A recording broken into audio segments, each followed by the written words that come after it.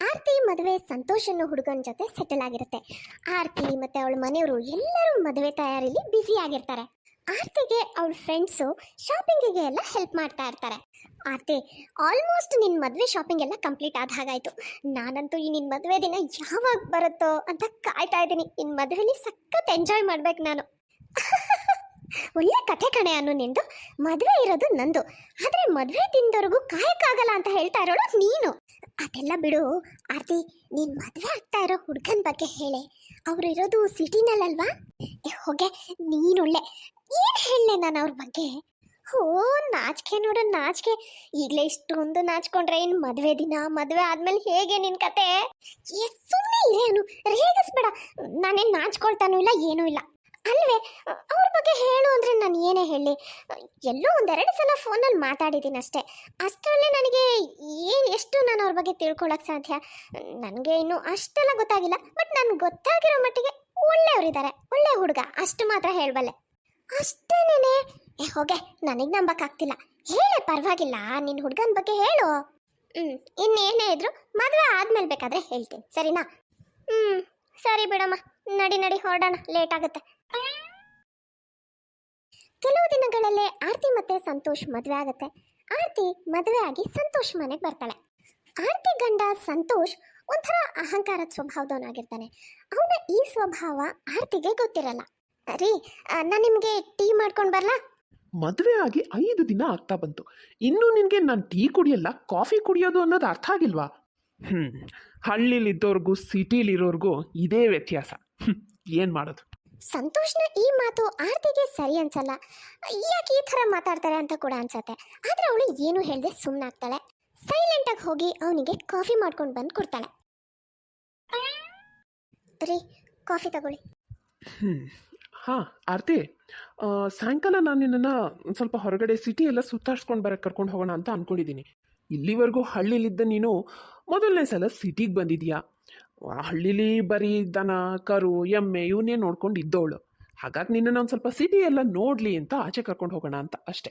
ಸಂತೋಷ್ ಮಾತು ಆರ್ತಿಗೆ ಇಷ್ಟ ಆಗಲ್ಲ. ಇಂಥ ಮಾತುಗಳನ್ನ ಕೇಳಿ ಸುಮ್ಮನೆ ಇರೋ ಅಭ್ಯಾಸ ಅವಳಿಗಿರಲ್ಲ. ಸರಿಯಾಗಿ ಹೇಳಿದ್ರೆ ನೀವು. ಪಾಪ, ನಾನು ಹಳ್ಳಿಲಿದ್ದವಳು, ಈಗ ನಿಮ್ಮನ್ನು ಮದುವೆ ಆಗಿ ಸಿಟಿಗೆ ಬಂದಿದ್ದೀನಿ. ಈಗಲಾದರೂ ನಾನು ಸಿಟಿನ ನೋಡೋ ಅವಕಾಶ ಸಿಕ್ಕಿದೆ. ಹಾಗಾಗಿ ನೀವು ಪ್ರತಿದಿನ ನನ್ನನ್ನು ಎಲ್ಲಾದರೂ ಸುತ್ತಾಡಕ್ಕೆ ಕರ್ಕೊಂಡೋಗಿ. ಯಾಕಂದ್ರೆ ನಮ್ಮ ಹಳ್ಳಿಲಿ ನನಗೆ ಎಮ್ಮೆ ದನ ಕರುನಾದ್ರೂ ನೋಡಕ್ ಸಿಕ್ತಿತ್ತು. ಇಲ್ಲಿ ನನಗೆ ಈ 4 ಗೋಡೆ ಬಿಟ್ರೆ ಬೇರೆ ಏನೂ ನೋಡಕ್ ಸಿಕ್ತಿಲ್ವೇ? ಅಂದ್ರೆ ನೀನು ಏನು ಹೇಳ್ತಿದ್ಯಾ? ಏನಿಲ್ಲಪ್ಪ. ಸರಿ, ನಿಮ್ದು ಕಾಫಿ ಕುಡ್ದಾಗಿದ್ರೆ ಆ ಖಾಲಿ ಕಪ್ನ ಕೊಡಿ, ನಾನು ತಗೊಂಡು ಹೋಗ್ತೀನಿ. ಏನು ಇವಳು? ಅದು ಹೇಗೆ ಇವಳು ನನಗೆ ಒಂಥರ ಆಗೋ ಹಾಗೆ ಉತ್ತರ ಕೊಡ್ತಾಳೆ?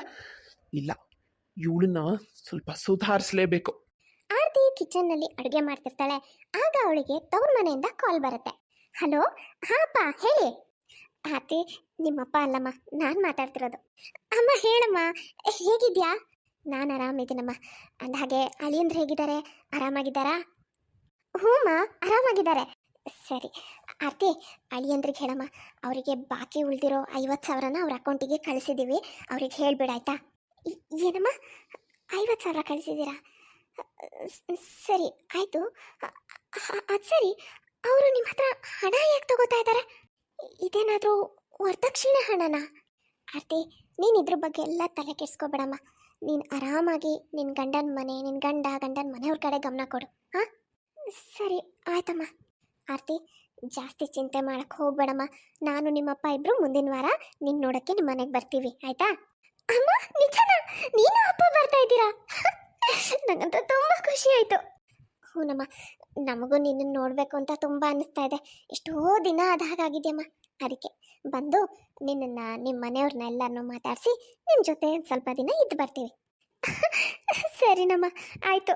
ನಾನಂತೂ ನೀವು ಬರೋ ದಿನಕ್ಕೋಸ್ಕರ ಕಾಯ್ತಾ ಇರ್ತೀನಿ. ಫೋನ್ ಇಟ್ಮೇಲೆ ಆರ್ತಿ ಸ್ವಲ್ಪ ಹೊತ್ತು ಏನೋ ಯೋಚನೆ ಮಾಡಿ ಸಂತೋಷ್ ಹತ್ರ ಏನೋ ಕೇಳಬೇಕು ಅಂತ ಹೋಗ್ತಾಳೆ. ಸಂತೋಷ್ ಅವನ ತಾಯಿ ತಂಗಿ ಜೊತೆ ಕೂತ್ಕೊಂಡು ಮಾತಾಡ್ತಾ ಇರ್ತಾನೆ. ರೀ, ಅಮ್ಮ ಫೋನ್ ಮಾಡಿದ್ರು. ಅವ್ರು ನಿಮಗೆ ಬಾಕಿ ಇರೋ 50,000 ಹಣ ಕಳಿಸಿದ್ದೀನಿ ಅಂತ ಹೇಳಿದ್ರು. ಹೌದಾ? ಸರಿ ಬಿಡು. ಅಂತೂ ಇಂತೂ ಒಂದು ಕೆಲಸನಾದರೂ ನಿಮ್ಮನೆಯವರು ಸರಿಯಾಗಿ ಮಾಡಿದಾರಲ್ಲ ಅಲ್ವೇನಮ್ಮ? ಹೌದು ಕಣ. ಏನು, ಈ ಒಂದು ಕೆಲಸನಾದರೂ ನಿನ್ನ ತವ್ರ ಮನೆಯವರು ಸರಿಯಾಗಿ ಮಾಡಿದಾರಲ್ಲ ಅಂತ ಹೇಳ್ತಿದ್ದೀರಲ್ಲ? ಇನ್ನು ಯಾವ್ಯಾವ ಕೆಲಸ ನನ್ನ ತವ್ರ ಮನೆಯವ್ರು ಸರಿಯಾಗಿ ಮಾಡಿಲ್ಲ ಅಂತ ಒಂದು ಸ್ವಲ್ಪ ಹೇಳ್ತೀರಾ? ನಾನು ತಿಳ್ಕೊತೀನಿ. ಆರ್ತಿ, ಇವನ್ ಮಾತನ್ನ ನೀನ್ ಯಾಕಮ್ಮ ಅಷ್ಟು ಮನ್ಸಿಗೆ ತಗೋತಾ ಇದೀಯಾ? ಅವ್ನು ಹಾಗೆ ಸುಮ್ಮನೆ ತಮಾಷೆಗೆ ಹೇಳಿದ್ದು. ಹೌದದ್ಕೆ ಅಣ್ಣನಿಗೆ ಯಾವಾಗ್ಲೂ ಹೀಗೆ ತಮಾಷೆ ಮಾಡಿ ಅಭ್ಯಾಸ. ನೀವು ಅದಕ್ಕೆಲ್ಲ ತಲೆ ಕೆಡ್ಸ್ಕೋಬೇಡಿ. ನೋಡಿ, ನಿಮ್ಗೆ ಈ ತರ ತಮಾಷೆ ಮಾಡೋ ಅಭ್ಯಾಸ ಇರ್ಬೋದು, ಹಾಗಂತ ಎಲ್ಲ ಸಮಯದಲ್ಲೂ ಅದು ಚೆನ್ನಾಗಿ ಅನ್ಸಲ್ಲ. ಈ ಥರ ಎಲ್ಲ ತಮಾಷೆ ಮಾಡುವಾಗ ಸ್ವಲ್ಪ ನೋಡಿ ಮಾಡಿ ಮಾತಾಡಿದ್ರೆ ಒಳ್ಳೇದು. ಹಾಗೆ ಇನ್ನೊಂದು ವಿಷಯ, ಮುಂದಿನ ವಾರ ಅಪ್ಪ ಅಮ್ಮ ಇಬ್ಬರು ಇಲ್ಲಿಗೆ ಬರ್ತಾ ಇದ್ದಾರಂತೆ. ನಿಮ್ಮ ಹತ್ರ ಹೇಳು ಅಂತ ಹೇಳಿದ್ರು. ಹೌದಾ? ಅಂದರೆ ಅವ್ರು ಬಂದು ಅವತ್ತಿನ ದಿನನೇ ವಾಪಸ್ ಹೋಗ್ತಾರೆ ತಾನೆ? ಹೋಗ್ಬೋದು ಅನ್ಸುತ್ತೆ. ಯಾಕಂದರೆ ಇಲ್ಲಿಂದ ನಿಮ್ಮ ಹಳ್ಳಿ ಏನು ತುಂಬ ದೂರ ಇಲ್ಲ. ಏನು ಏನು ಹೇಳ್ತಾ ಇದ್ದೀರಾ ನೀವು? ಅವ್ರು ಅಲ್ಲಿಂದ ಇಲ್ಲಿಗೆ ಬಂದು ಅವತ್ತಿನ ದಿನನೇ ಹೇಗೆ ವಾಪಸ್ ಹೋಗ್ತಾರೆ? ಒಂದೆರಡು ದಿನನಾದರೂ ಇರ್ತಾರಲ್ವಾ? ಇದು ಒಳ್ಳೆ ವಿಚಿತ್ರ ಆಯ್ತಲ್ಲ. ಮಗಳ ಮನೆಗೆ ಬಂದು ಅವ್ರ ಅಪ್ಪ ಅಮ್ಮ ಈ ಥರ ಎಲ್ಲ ಹೇಗೆ ಉಳ್ಕೋತಾರೆ? ಅಂದರೆ ನೀನು ಹೇಳೋ ಪ್ರಕಾರ ಅವ್ರು ಇಲ್ಲೇ ನಮ್ಮ ಜೊತೆ 4-5 ದಿನ ಇರ್ತಾರಾ? ಯಾಕೆ, ನೀವುಗಳು ಅಕ್ಷತ ನಿಮ್ಮ ಸ್ವಂತ ತಂಗಿನೂ ಅಲ್ಲ, ಚಿಕ್ಕಮ್ಮನ ಮಗಳು. ಅವಳ ಗಂಡನ ಮನೆಗೆ ಹೋಗಿ ಎಷ್ಟೆಷ್ಟು ದಿನ ಇದ್ದು ಬರ್ತೀರಾ? ಹಾಗಿರ್ಬೇಕಿದ್ರೆ ನಮ್ಮ ಅಪ್ಪ ಅಮ್ಮ ಮಗಳ ಮನೆಗೆ ಬಂದಿರಬಾರ್ದಾ? ಅಕ್ಷತಾ ನಮ್ಮ ಚಿಕ್ಕಮ್ಮನ ಮಗಳು, ಅವಳ ವಿಷಯನೇ ಬೇರೆ. ಹೋಗ್ಲಿ ಬಿಡೋ ಸಂತೋಷ್, ಅವ್ರೀಗ ಬರ್ತಾ ಇದ್ದಾರೆ ಅಂದಮೇಲೆ ನಾವು ಅವ್ರಿಗೆ ಬರೋದು ಬೇಡ ಅಂತ ಹೇಳಕ್ಕಾಗುತ್ತಾ? ಹೋಗ್ಲಿ ಬಿಡು, ಯಾಕಷ್ಟು ವಾದ ಮಾಡ್ತೀಯಾ? ನೋಡ ಮಾರ್ತಿ, ನಿಮ್ಮ ಅಪ್ಪ ಅಮ್ಮಂಗೆ ಬರೋದು ಬೇಡ ಗಿಡ ಅಂತೆಲ್ಲ ಹೇಳಕ್ ಹೋಗ್ಬೇಡ. ಬರ್ಲಿ, ನಾವೆಲ್ಲ ನಿಭಾಯಿಸೋಣ. ಅಮ್ಮ ಅದೆಲ್ಲ ಬಿಡು.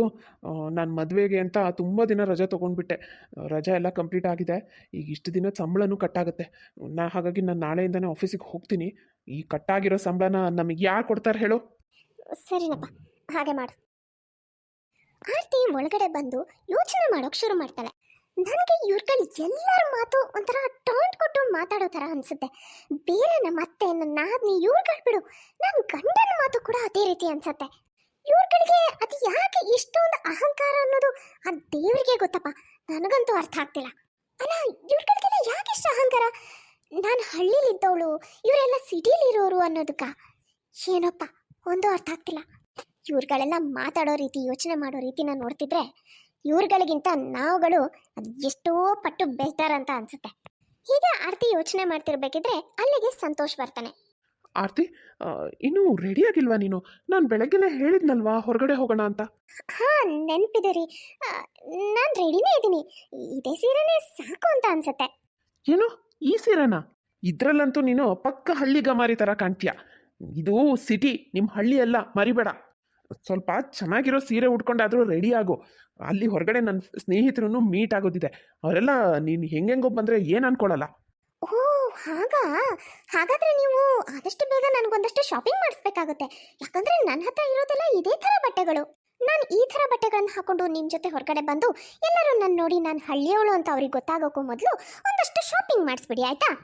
ಯಾಕಂದ್ರೆ ನಿಮ್ಮ ಪ್ರಕಾರ ಎಲ್ಲರೂ ಬಟ್ಟೆ ನೋಡಿ ತಾನೇ ನಮ್ಮನ್ನು ಅಳಿಯೋದು. ಯಪ್ಪ, ಅದು ಎಷ್ಟು ತಿರುಗಿ ಮಾತಾಡ್ತೀಯ ನೀನು. ಸರಿ ಸರಿ, ಶಾಪಿಂಗ್ ಮಾಡ್ತೀನಂತೆ. ಈಗ ಇರೋದ್ರಲ್ಲಿ ಯಾವುದಾದ್ರೂ ಒಳ್ಳೆ ಸೀರೆ ಉಟ್ಕೊಂಡು ಬೇಗ ರೆಡಿ ಆಗು. ಈ ಟ್ರಾಫಿಕಲ್ಲಿ ಬೈಕಲ್ಲಿ ಬೇರೆ ಹೋಗಬೇಕು, ಸಾಕು ಅನ್ಸ್ಬಿಡುತ್ತೆ. ಕಾರ್ ಇದ್ದಿದ್ರೆ ಚೆನ್ನಾಗಿರ್ತಿತ್ತು. ಏನು ಮಾಡೋದು, ನಿಮ್ಮನೆಯವ್ರು ನನಗೆ ಕಾರ್ ಕೊಟ್ಟಿಲ್ವಲ್ಲ. ಏನು ಮಾತಾಡ್ತಿದ್ದೀರಿ ನೀವು? ನಮ್ಮನೆಯವ್ರು ನಿಮಗೆ ಕಾರ್ ಕೊಟ್ಟಿಲ್ಲ ಅಂದರೆ ಏನಾಯಿತು? ಪೂರ್ತಿ 5-6 ಲಕ್ಷ ಕ್ಯಾಶ್ ಕೊಟ್ಟಿದ್ದಾರಲ್ಲ. 5-6 ಲಕ್ಷ ಕ್ಯಾಶ್ ಅಂತೆ. ನನ್ನ ಫ್ರೆಂಡ್ಸಿಗೆಲ್ಲ ಅವಳ ಅತ್ತೆ ಮಾವ ಮದುವೆ ಟೈಮಲ್ಲಿ ಎಷ್ಟು ಕ್ಯಾಶ್ ಕೊಟ್ಟಿದ್ದಾರೆ ಗೊತ್ತಾ? ಅಷ್ಟು ಕ್ಯಾಶ್ ಕೊಟ್ಟಿದ್ದಲ್ಲದೆ ಜೊತೆಗೆ ಒಳ್ಳೆ ಕಾರ್ ಕೂಡ ಕೊಟ್ಟಿದ್ದಾರೆ. ಸರಿ ಸರಿ, ಟೈಮ್ ಇಲ್ಲ, ಬೇಗ ರೆಡಿಯಾಗಿ ಬಾ. ನಾನಲ್ಲಿ ಹಾಲಲ್ಲಿ ಕೂತಿರ್ತೀನಿ. ಆರ್ತಿ ಬೇರೆ ಸೀರೆ ಉಟ್ಕೊಂಡು ರೆಡಿಯಾಗಿ ಸಂತೋಷ್ ಜೊತೆ ಹೊರಗಡೆ ಹೋಗ್ತಾಳೆ. ಸಂತೋಷ್ ಆರ್ತಿನ ಒಂದು ಒಳ್ಳೆ ಹೋಟೆಲಿಗೆ ಕರ್ಕೊಂಡು ಹೋಗ್ತಾನೆ. ಅಲ್ಲಿ ಅವನ ಫ್ರೆಂಡ್ಸ್ ಕೂಡ ಬರ್ತಾರೆ. ಇವಳೇ ನೋಡ್ರಪ್ಪ ನನ್ನ ಹೆಂಡತಿ ಆರ್ತಿ. ನನ್ನ ಹೆಂಡ್ತಿನ ಮೀಟ್ ಆಗಬೇಕು, ಮೀಟ್ ಮಾಡಿಸು ಅಂತ ಎಷ್ಟು ದಿನದಿಂದ ಕೇಳ್ತಿದ್ರಲ್ವಾ, ನೋಡಿ ಇವಳೇ ಆರ್ತಿ. ಆದರೆ ಒಂದು ವಿಷಯ ತಲೆಯಲ್ಲಿ ಇಟ್ಕೊಳ್ಳಿ, ಇವಳು ಹಳ್ಳಿಯಿಂದ ಬಂದವಳು, ಹಾಗಾಗಿ ಜಾಸ್ತಿ ಇಂಗ್ಲೀಷಲ್ಲೆಲ್ಲ ಮಾತಾಡ್ಸಕ್ಕೆ ಹೋಗ್ಬೇಡಿ ಆಯಿತಾ? ಆರ್ತಿಗೆ ಸಂತೋಷ್ ಸೀರಿಯಸ್ ಆಗೋ ತಮಾಷೆಗೋ ಈ ರೀತಿ ಮಾತಾಡಿದ್ದು ಇಷ್ಟ ಆಗಲ್ಲ. ಅವಳಿಗೆ ಕೋಪ ಬರುತ್ತೆ. ಹಾ, ನಾನು ಹಳ್ಳಿಯಿಂದಾನೇ ಬಂದವಳು. ಅದು ಏನು ಗೊತ್ತಾ, ಇವರನ್ನ ಮದುವೆ ಮಾಡ್ಕೊಳ್ಳೋಕೆ ಯಾವ ಸಿಟಿ ಹುಡುಗಿನೂ ಒಪ್ಕೊಳ್ಳಿಲ್ಲ ನೋಡಿ. ಅದಕ್ಕೆ ಇವರಿಗೆ ಕೊನೆಗೆ ಹಳ್ಳಿಯಿಂದ ಬಂದಿರೋ ನನ್ನನ್ನ ಮದುವೆ ಮಾಡ್ಕೊಳ್ಬೇಕಾಯ್ತು. ಆರ್ತಿ ಮಾತು ಕೇಳಿ ಸಂತೋಷ್ ಫ್ರೆಂಡ್ಸ್ ಜೋರಾಗಿ ನಗಾಡ್ತಾರೆ. ರೀ, ಕೋಪ ಗೀಪ ಮಾಡ್ಕೋಬೇಡಿ. ಅದೇನು ಗೊತ್ತಾ, ಇಷ್ಟು ದಿನ ನಿಮ್ಮ ಜೊತೆ ಇದ್ದು ನಿಮ್ಮ ಥರನೇ ನನಗೂ ತಮಾಷೆ ಮಾಡೋ ಅಭ್ಯಾಸ ಆಗ್ಬಿಟ್ಟಿದೆ. ಸರಿ ಸರಿ, ಎಲ್ಲರೂ ನಿಮ್ಗೆ ಏನೇನು ಬೇಕೋ ಆರ್ಡ್ರ್ ಮಾಡಿ, ಇವತ್ತಿನ ಬಿಲ್ಲು ನಾನೇ ಕೊಡ್ತೀನಿ. ವಾವ್, ಹಾಗಾದ್ರೆ ಇವತ್ತು ಪಾರ್ಟಿನೇ. ಎಲ್ಲರೂ ಸೇರ್ಕೊಂಡು ಬೇಕಾಗಿದ್ದನ್ನೆಲ್ಲ ಆರ್ಡರ್ ಮಾಡಿ ಚೆನ್ನಾಗಿ ತಿಂತಾರೆ. ದೊಡ್ಡ ಅಮೌಂಟೇ ಬಿಲ್ ಆಗುತ್ತೆ. ಅದನ್ನ ನೋಡಿ ಆರ್ತಿ ಶಾಕ್ ಆಗ್ತಾಳೆ. ಆ ಅಮೌಂಟ್ನ ಸಂತೋಷ್ ಪೇ ಮಾಡ್ತಾನೆ. ಫ್ರೆಂಡ್ಸ್ ಎಲ್ಲ ಹೋದ್ಮೇಲೆ, ಅಲ್ರಿ ಈ ರೆಸ್ಟೋರೆಂಟಲ್ಲಿ ಎಲ್ಲ ಎಷ್ಟು ಕಾಸ್ಟ್ಲಿ ಇದೆ, ಅಂಥದ್ರಲ್ಲಿ ಅಷ್ಟೊಂದು ಬಿಲ್ ನೀವೊಬ್ಬರೇ ಯಾಕೆ ಪೇ ಮಾಡಿದ್ರಿ? ಹೊಸ್ದಾಗಿ ಮದುವೆ ಆಗಿರೋನ್ ಕಣೆ ನಾನು. ಬಿಲ್ ನಾನು ಕೊಡಲಿಲ್ಲ ಅಂದರೆ ಏನು ಚೆನ್ನಾಗಿರತ್ತೆ? ಸರಿ, ಹಾಗಾದ್ರೆ ನಿಮ್ಮ ಹತ್ರ ಅಷ್ಟೊಂದು ಹಣ ಇರೋದಾದ್ರೆ ನಡೀರಿ, ನನಗೆ ಶಾಪಿಂಗ್ ಮಾಡಿಸಿ. ನೀವು ಹೊಸ್ದಾಗಿ ಮದುವೆ ಆಗಿರೋರಲ್ವಾ? ಆಯ್ತಾಯ್ತು, ಶಾಪಿಂಗ್ ಮಾಡಿಸ್ಲೇಬೇಕು. ಇಲ್ಲ ಅಂದರೆ ಇದೇ ಥರ ಹೆಂಗೆ ಬೇಕಂಗೆ ಬಂದು ನನ್ನ ಫ್ರೆಂಡ್ಸ್ ಎದುರಿಗೆಲ್ಲ ನನಗೆ ಒಂಥರ ಇನ್ಸಲ್ಟ್ ಆಗೋ ಹಾಗೆ ಮಾಡಿಬಿಡ್ತೀಯ. ನೋಡಿದ್ಯಲ್ಲ ನನ್ನ ಫ್ರೆಂಡ್ ಅವನ ಹೆಂಡತಿ ಯಾವ ಥರ ಪಾಶ್ ಆಗಿರೋ ಎಷ್ಟು ಚೆನ್ನಾಗಿರೋ ಬಟ್ಟೆ ಹಾಕೊಂಡಿದ್ಲು. ಅವ್ರು ಏನೇ ಹಾಕೊಂಡಿದ್ರು ನಿಮ್ಮ ಫ್ರೆಂಡ್ ಹೆಂಡತಿಗಿಂತ ನಾನೇ ಚೆನ್ನಾಗಿದ್ದು, ಚೆನ್ನಾಗಿ ಕಾಣಿಸ್ತಾ ಇದ್ದಿದ್ದು. ಅವರಿಬ್ರು ನನ್ನನ್ನೇ ನೋಡ್ತಾ ಇದ್ರು ಗೊತ್ತಾ? ಇದನ್ನೆಲ್ಲ ನಿನಗೆ ನೀನು ಹೇಳ್ಕೊಬೇಕಷ್ಟೆ. ನೋಡು, ನಿನ್ನ ಹೊಗಳ್ಕೊಳ್ಳೋದು ಬಿಡು. ಮೊದಲು ನಿನ್ನನ್ನು ನೀನು ಭಾಗ್ಯಶಾಲಿ ಅಂತ ಅನ್ಕೋ. ಯಾಕಂದರೆ ನಿನಗೆ ನಾನು ಸಿಕ್ಕಿದ್ದೀನಿ. ಇಲ್ಲ ಅಂದರೆ ನಿನ್ನ ಮದುವೆ ಅಲ್ಲೇ ನಿಮ್ಮ ಹಳ್ಳಿಲೇ ಯಾರಾದರೂ ಹಾಲ್ಗಿಲ್ ಮಾರೋನ್ ಇರ್ತಾನಲ್ಲ ಅವನ ಜೊತೆ ಆಗಿರ್ತಿತ್ತೋ ಏನೋ. ಹಾಗಾಗಿದ್ದಿದ್ರೆ ಎಷ್ಟು ಚೆನ್ನಾಗಿರ್ತಿತ್ತಲ್ವಾ? ಏನಿರುತ್ತೋ ಬಿಡುತ್ತೋ, ಅವರು ಒಳ್ಳೆ ವ್ಯಕ್ತಿನಾದರೂ ಆಗಿರ್ತಿದ್ರೋ ಏನೋ. ಒರ್ಟಾಗಿ ಮಾತಾಡೋದು, ಒಂಥರ ಹರ್ಟ್ ಆಗೋ ಹಾಗೆ ಮಾತಾಡೋದು, ಇಂಥದ್ದೆಲ್ಲ ಮಾಡ್ತಿರ್ಲಿಲ್ಲ ಅನ್ಸುತ್ತೆ. ಅಷ್ಟೇ ಅಲ್ಲ, ದಿನ ನನಗೆ ಫ್ರೆಶ್ ಆಗಿರೋ ಹಾಲು, ಮೊಸರು, ಮಜ್ಜಿಗೆ, ಬೆಣ್ಣೆ, ತುಪ್ಪ ಎಲ್ಲ ಸಿಕ್ತಿತ್ತು. ಅದೇ ನೀವು ನೋಡಿ, ಅದು ಯಾವುದೋ ಕಿತ್ತೋಗಿರೋ ಚೆನ್ನಾಗಿಲ್ದೇ ಇರೋ ಯಾವುದೋ ಡ್ರಿಂಕ್ ತರಿಸಿದ್ರಿ, ಅದು ನನಗೆ ಸ್ವಲ್ಪನೂ ಇಷ್ಟ ಆಗಲಿಲ್ಲಪ್ಪ. ಸರಿ ಸರಿ, ತಿರ್ಗಿ ಮಾತಾಡೋದನ್ನ ಮಾತ್ರ ತುಂಬ ಚೆನ್ನಾಗಿ ಕಲ್ತಿದ್ಯಾ. ನಡಿ ಲೇಟ್ ಆಗ್ತಿದೆ, ಹೊರಡೋಣ. ನೆಕ್ಸ್ಟ್ ವೀಕು ಆರ್ತಿ ತಂದೆ ತಾಯಿ ಅವಳನ್ನ ನೋಡೋಕ್ಕೋಸ್ಕರ ಮನೆಗೆ ಬಂದಿರ್ತಾರೆ. ಎಲ್ಲರೂ ಕೂತ್ಕೊಂಡು ಮಾತಾಡ್ತಾ ಇರ್ತಾರೆ. ಆದರೆ ಸಂತೋಷ್ ಮಾತ್ರ ರೂಮಲ್ಲೇ ಇರ್ತಾನೆ, ಆಚೆನೇ ಬಂದಿರಲ್ಲ. ರೀ, ಅಪ್ಪ ಅಮ್ಮ ಬಂದಿದ್ದಾರೆ, ಹಾಲ್ನಲ್ಲಿ ಕೂತಿದ್ದಾರೆ, ಬನ್ರಿ ಅವ್ರನ್ನ ನೀಟಾಗಿ. ಸಂತೋಷ್ ಬೇಕು ಅಂತಲೇ ಜೋರು ವಾಯ್ಸಲ್ಲಿ ಹೇಳ್ತಾನೆ. ಬಂದ್ರೇನಾಯ್ತು ಈಗ? ಅವ್ರು ಬಂದಿದ್ದಾರೆ ಅಂತ ತಕ್ಷಣ ನಾನು ಹೊರಗಡೆ ಬಂದು ಕೂತ್ಕೊಳ್ಳೋಕ್ಕೆ ಮನೆಗೇನು ಪ್ರಧಾನಮಂತ್ರಿನ ಬಂದಿದ್ದಾರೆ?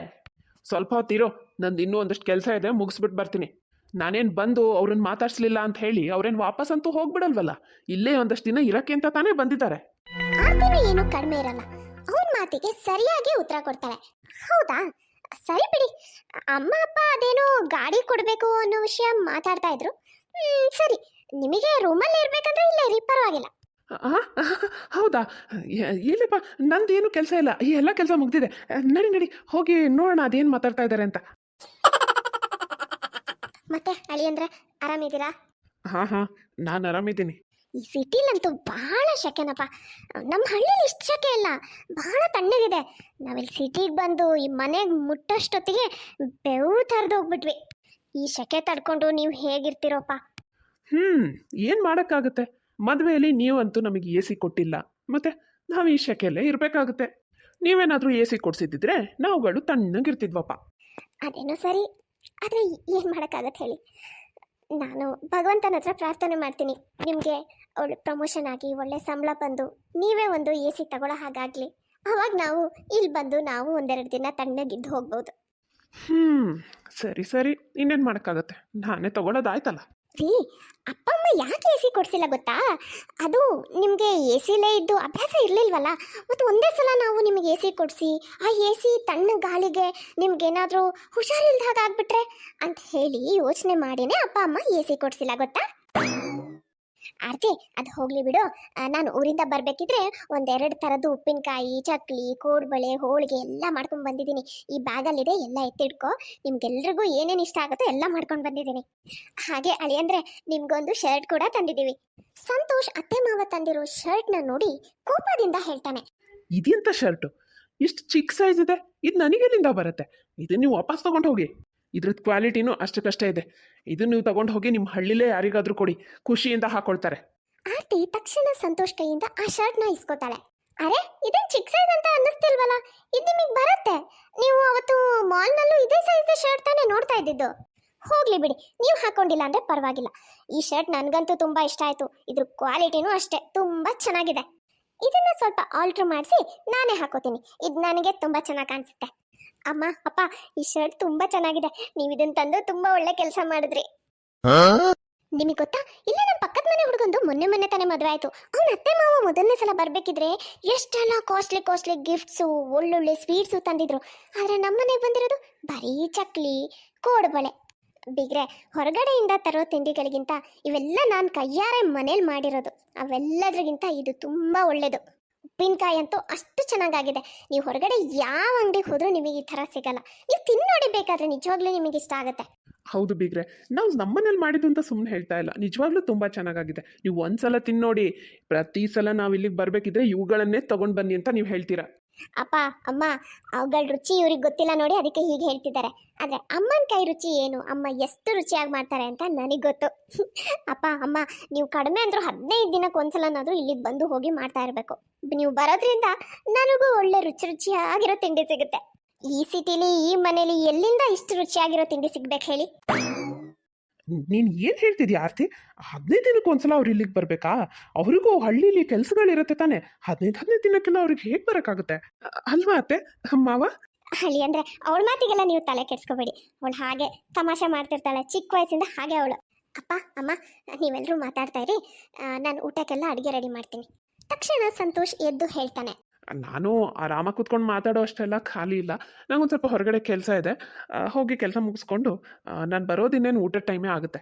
ಸರಿ ಸರಿ, ಆರಾಮಾಗಿ ಹೋಗಿ ಬನ್ನಿ, ಏನು ತೊಂದರೆ ಇಲ್ಲ. ಆದರೆ ಹೊರಗಡೆ ಮಾತ್ರ ಏನು ತಿನ್ನಕ್ಕೆ ಹೋಗಬೇಡಿ.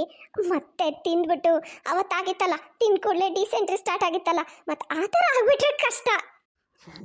ನಾ ಏನು ಹೇಳಿದ್ರು ಹೆಂಗೆ ತಿರುಗುತ್ತರ ಕೊಡ್ತಾಳೆ, ಮತ್ತೆ ನನಗೆ ಒಂಥರ ಆಗುವಾಗ ಮಾತಾಡ್ತಾಳೆ. ಸರಿ ಸರಿ.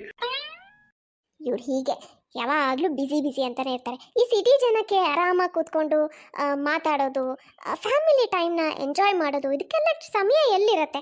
ಹೋಗಲಿ ಬಿಡಿ, ನೀವು ಆರಾಮಾಗಿ ಕೂತಿರಿ, ನಾನು ಹೋಗಿ ಅಡುಗೆ ಮಾಡ್ತೀನಿ. ಆರತಿ ಅಡುಗೆ ಮನೆಗೆ ಬರ್ತಾಳೆ. ಅವಳ ಹಿಂದೆ ಅವಳ ತಾಯಿನೂ ಬರ್ತಾಳೆ. ಆರತಿ, ಏನಮ್ಮ ಇದು? ನನಗೆಲ್ಲಿ ವಾತಾವರಣ ನೋಡಿದ್ರೆ ಏನೋ ಒಂಥರ ಅನ್ನಿಸ್ತಾ ಇದೆ. ನಿನ್ನ ಗಂಡನ ಮಾತೆಲ್ಲ ಕೇಳಿದ್ರೆ ಏನೋ ಒಂಥರ ಅಹಂಕಾರದಲ್ಲಿ ಮಾತಾಡ್ದಾಗ ಅನಿಸುತ್ತೆ. ಇದನ್ನೆಲ್ಲ ನೋಡಿದ್ಮೇಲೆ ಇಲ್ಲಿ ನಿನ್ನ ಪರಿಸ್ಥಿತಿ ಹೇಗಿದೆಯೋ, ನೀನು ಇವ್ರೆಲ್ಲರ ಜೊತೆ ಹೇಗಿದೆಯೋ ಅಂತ ಯೋಚನೆ ಶುರುವಾಗಿದೆ. ಅಮ್ಮ, ನೀನು ಅಷ್ಟೆಲ್ಲ ಚಿಂತೆ ಮಾಡೋ ಅಂಥದ್ದು ಏನೂ ಇಲ್ಲ, ತಲೆ ಕೆಡಿಸ್ಕೋಬೇಡ. ನಿನ್ನ ಅಳಿಯನ್ಗೆ ಅಹಂಕಾರ ಇರೋದೇನೋ ನಿಜ, ಹಾಗಂತ ನಿನ್ನ ಮಗಳು ನಾನೇನು ಸಾಮಾನ್ಯ ಇಲ್ಲ. ಅವ್ರ ಅಹಂಕಾರಕ್ಕೆ ಸರಿಯಾಗಿ ಉತ್ತರ ಕೊಡ್ತಾನೆ ಇದ್ದೀನಿ. ಅವ್ರ ಅಹಂಕಾರನ ಇಳಿಸೇ ಇಳಿಸ್ತೀನಿ. ಅವ್ರ ಅಹಂಕಾರದಲ್ಲಿ ಏನಾದರೂ ಮಾತಾಡೋಕ್ಕೆ ಬಂದರು ಅಂತ ಇಡ್ಕೊ, ಅದಕ್ಕೆ ಸರಿಯಾಗಿ ಉತ್ತರ ಕೊಡ್ತೀನಿ ನಾನು ಮಾತಾಡೋದನ್ನು ಕೇಳಿ ನಮ್ಮ ಮನೇಲಿ ಮಿಕ್ಕೋರು ಯಾರೂ ನನ್ನ ಹತ್ರ ಆ ಥರ ಮಾತಾಡೋಕ್ಕೆ ಬರೋದೂ ಇಲ್ಲ. ಹಾಗಾಗಿ ನೀನೇನೂ ತಲೆ ಕೆಡಿಸ್ಕೋಬೇಡ. ಅದೇನೋ ನಿಜ, ನಿನ್ನ ಬಗ್ಗೆ ನನಗೆ ಚೆನ್ನಾಗಿ ಗೊತ್ತು ಬಿಡು. ಈ ಥರ ಅಹಂಕಾರ ತೋರಿಸೋರಿಗೆಲ್ಲ ನೀನು ಬಗ್ಗೋಳಲ್ಲ, ಅವ್ರ ಅಹಂಕಾರ ಎಳೆಯೋ ಥರ ಮಾಡೋಳು ಅಂತ. ಮತ್ತೆ ಅಷ್ಟು ಗೊತ್ತು ತಾನೆ, ಹಾಗಾಗಿ ತಲೆ ಕೆಟ್ಕೋಬೇಡ, ಆರಾಮಾಗಿರೋ. ರಾತ್ರಿ ಊಟಕ್ಕೆ ಏನು ಮಾಡ್ಲಮ್ಮ? ಪಲಾವ್ ಮಾಡ್ಲಾ? ಆಯ್ತಮ್ಮ, ಮಾಡು, ನಾನು ನಿನಗೆ ಹೆಲ್ಪ್ ಮಾಡ್ತೀನಿ. ರುಚಿಯಾಗಿರೋ ಅಡುಗೆ ಮಾಡೋಣ. ಅಮ್ಮ ಮಗಳು ಇಬ್ಬರು ಸೇರಿ ಅಡುಗೆ ಮಾಡ್ತಾರೆ. ರಾತ್ರಿ ಎಲ್ಲರೂ ಒಟ್ಟಿಗೆ ಊಟಕ್ಕೆ ಕೂತ್ಕೊಳ್ತಾರೆ. ಇವತ್ತು ಅಡುಗೆ ಭಾಳ ರುಚಿಯಾಗಿದೆ. ಆರತಿ ದಿನ ಇಷ್ಟೊಂದು ರುಚಿಯಾಗಿ ಅಡುಗೆ ಮಾಡಲ್ಲ, ಇವತ್ತೇನೋ ಭಾಳ ರುಚಿಯಾಗಿ ಮಾಡಿದಾಳಪ್ಪ. ಅಮ್ಮ, ಅವಳು ಇವತ್ತು ಇಷ್ಟೊಂದು ರುಚಿಯಾಗಿ ಅಡುಗೆ ಯಾಕೆ ಮಾಡಿದಾಳೆ ಗೊತ್ತಾ? ಅವ್ರ ಅಪ್ಪ ಅಮ್ಮ ಬಂದಿದ್ದಾರಲ್ವಾ, ಅದಕ್ಕೆ ಇಷ್ಟು ರುಚಿಯಾಗಿ ಮಾಡಿದ್ದಾಳೆ. ಇಲ್ಲಾಂದರೆ ದಿನ ನಮ್ಗಳಿಗೆ ಅಡುಗೆ ಮಾಡುವಾಗ ಹೆಂಗೆ ಬೇಕಾದರೂ ಮಾಡಿರ್ತಾಳೆ. ಆ ಥರ ಎಲ್ಲ ಏನೂ ಇಲ್ಲ. ಅಲ್ರಿ, ನೀವು ದಿನ ಬರೋದೇ ಲೇಟಾಗಿ ಬಂದಿರ್ತೀರ. ಬಂದವರು ಊಟ ಬಡ್ಸಕ್ಕೆ ಹೋದರೆ ಮನೆ ಅಡುಗೆ ನೋಡಿನೇ ನಿಮಗೆ ಊಟ ಮಾಡೋಕ್ಕೆ ಮನಸ್ಸಾಗಲ್ಲ, ಮತ್ತು ಹೊರಗಡೆಯಿಂದ ತರಿಸ್ಕೊಂಡು ತಿಂತೀರಾ. ಇನ್ನು ಅತ್ತೆ, ನೀವು ಅಡುಗೆ ಆದ ತಕ್ಷಣ ಬಿಸಿ ಬಿಸಿ ಊಟ ಮಾಡಿ ಅಂತ ನಾನು ಎಷ್ಟು ಕರೆದ್ರೂ ನೀವು ಬರಲ್ಲ. ಎಷ್ಟೋ ಹೊತ್ತು ಬಿಟ್ಕೊಂಡು ಬರ್ತೀರಾ. ಅವಾಗ ಅಡುಗೆ ಎಲ್ಲ ತಣ್ಣಗಾಗಿರುತ್ತೆ. ತಣ್ಣಗಾಗಿರೋ ಊಟ ಅಷ್ಟೊಂದು ರುಚಿ ಅನಿಸಲ್ಲ ನಿಮಗೆ. ಇವತ್ತು ಅಪ್ಪ ಅಮ್ಮ ಬಂದಿದ್ದಾರೆ ಅಂತ ಅಡುಗೆ ಆದ ಕೂಡಲೇ ಎಲ್ಲರೂ ಒಟ್ಟಿಗೆ ಊಟ ಕೂತಿದ್ದೀವಿ. ಬಿಸಿ ಬಿಸಿ ಅಡುಗೆ ಊಟ ಮಾಡ್ತಾ ಇದ್ದೀರಾ, ಹಾಗಾಗಿ ನಿಮಗೆ ರುಚಿ ಅನ್ನಿಸ್ತಾ ಇದೆ. ನಾನು ದಿನ ಮಾಡೋದು ಇದೇ ಥರನೇ. ಒಂದಿನ ಒಂಥರ, ಇನ್ನೊಂದು ದಿನ ಇನ್ನೊಂದು ಥರ, ನಮ್ಮ ಅಪ್ಪ ಅಮ್ಮ ಬಂದಿದ್ದಾರೆ ಅಂತ ಇನ್ನೊಂದು ಥರ, ಆ ಥರ ಎಲ್ಲ ನಾನು ಮಾಡಲ್ಲ. ಆದರೆ ನಿಮಗೆ ಅರ್ಥ ಆಗಿಲ್ಲ ಅಷ್ಟೇ. ಎಲ್ಲರೂ ಒಟ್ಟಿಗೆ ಕೂತ್ಕೊಂಡು ಊಟ ಮಾಡೋ ಮಜಾನೇ ಬೇರೆ. ಅದು ಇವತ್ತು ನಿಮಗೆ ಎಕ್ಸ್ಪೀರಿಯೆನ್ಸ್ ಆಗ್ತಾ ಇದೆ, ಅದಕ್ಕೆ ಎಲ್ಲ ರುಚಿ ಅನ್ನಿಸ್ತಾ ಇದೆ. ಆರತಿ, ನೀನು ಹೇಳೋದು ಕೇಳಿದ್ಮೇಲೆ ನನಗೂ ಹೌದು ಅಂತ ಅನಿಸ್ತಿದೆ. ಇನ್ಮೇಲೆ ದಿನ ನಾವೆಲ್ಲರೂ ಒಟ್ಟಿಗೆ ಕೂತ್ಕೊಂಡು ಊಟ ಮಾಡೋಣ. ಇವನು ಅಷ್ಟೇ, ಇನ್ಮೇಲೆ ಹೊರಗಡೆಯಿಂದ ಊಟ ಗೀಟ ಆರ್ಡ್ರ್ ಮಾಡೋ ಹಾಗಿಲ್ಲ, ಗೊತ್ತಾಯ್ತೇನಾ? ಸರಿನಮ್ಮ. ಎಲ್ಲರೂ ಊಟ ಮಾಡಿ ಅವ್ರ ರೂಮಿಗೆ ಮಲ್ಕೊಳಕ್ಕೆ ಹೋಗ್ತಾರೆ. ಆರತಿ ಕೂಡ ತನ್ನ ರೂಮಿಗೆ ಬಂದು ಕೂತ್ಕೋತಾಳೆ. ಅವಾಗ ಸಂತೋಷ್ ಅವಳ ಹತ್ರ ಹೇಳ್ತಾನೆ, ಆರತಿ, ನಿನ್ನ ಬಗ್ಗೆ ಒಂದು ವಿಷಯ ಮಾತ್ರ ನಾನು ತುಂಬ ಚೆನ್ನಾಗಿ ಅರ್ಥ ಮಾಡ್ಕೊಂಡೆ. ಹೌದಾ? ಏನ್ರಿ ಅದು? ನನಗೇ ಅಹಂಕಾರ ಜಾಸ್ತಿ ಅಂತ ಅಂದ್ಕೊಂಡಿದ್ದೆ, ಆದರೆ ನೀನು ನನಗಿನ ಒಂದು ಹೆಜ್ಜೆ ಮುಂದೆ ನನಗೇ ಟಕ್ಕರ್ ಕೊಡ್ತೀಯಲ್ಲ ಅಂತ. ನಾವಿಬ್ಬರು ಒಟ್ಟಿಗೆ ಇರಬೇಕಂದ್ರೆ ಇಬ್ಬರು ನಮ್ಮ ಈ ಸ್ವಭಾವನ ಸ್ವಲ್ಪ ಕಂಟ್ರೋಲಲ್ಲಿ ಇಟ್ಕೋಬೇಕು, ಕಡಿಮೆ ಮಾಡ್ಕೋಬೇಕು ಅಂತ ನನಗನ್ನಿಸ್ತಾ ಇದೆ. ಕಡಿಮೆ ಮಾಡ್ಕೋಬೇಕಾಗಿರೋದು ನೀವು. ನಾನು ಎಲ್ಲೂ ಅಹಂಕಾರ ತೋರಿಸಲ್ಲ, ಅಹಂಕಾರದಲ್ಲಿ ಮಾತಾಡಲ್ಲ.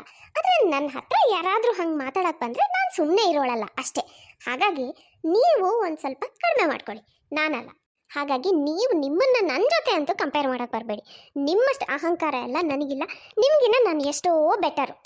ಆಯ್ತು ಬಿಡಮ್ಮ, ಹೋಗ್ಲಿ. ಮತ್ತೆ ಅದೇ ವಾದ ಶುರು ಮಾಡಬೇಡ, ಇಲ್ಲಿಗೆ ನಿಲ್ಲಿಸ್ಬಿಡೋಣ. ನಾನು ಇನ್ಮೇಲೆ ಆ ಥರ ಎಲ್ಲ ಮಾತಾಡೋಕೆ ಬರಲ್ಲ, ಆಯ್ತಾ? ಯಾರಿಗಾದರೂ ಏನೇ ಹೇಳೋಕ್ಕೂ ಮೊದಲು ಯೋಚನೆ ಮಾಡಿ ಮಾತಾಡ್ತೀನಿ. ಹೀಗೆ ಆರ್ತಿ ಗಂಡನ ಅಹಂಕಾರನ ಒಂದು ಹಂತಕ್ಕೆ ತರ್ತಾಳೆ. ಸಂತೋಷ್ ಕೂಡ ತುಂಬಾನೇ ಸುಧಾರಿಸ್ತಾನೆ, ಎಲ್ಲರ ಜೊತೆ ತುಂಬ ಚೆನ್ನಾಗಿರ್ತಾನೆ. ನೋಡಿದ್ರಲ್ಲ ಫ್ರೆಂಡ್ಸ್, ಇವತ್ತಿನ ಈ ವಿಡಿಯೋ ನಿಮಗೆ ಸ್ವಲ್ಪನಾದರೂ ಇಷ್ಟ ಆಗಿದ್ರೆ ಪ್ಲೀಸ್ ಚಾನಲ್ನ ಸಬ್ಸ್ಕ್ರೈಬ್ ಮಾಡಿ, ಹಾಗೆ ಪ್ಲೀಸ್ ಲೈಕ್ ಮಾಡೋದನ್ನು ಮಾತ್ರ ಮರಿಬೇಡಿ. ಮುಂದಿನ ವಿಡಿಯೋದಲ್ಲಿ ಮತ್ತೆ ಸಿಗೋಣ. Bye friends.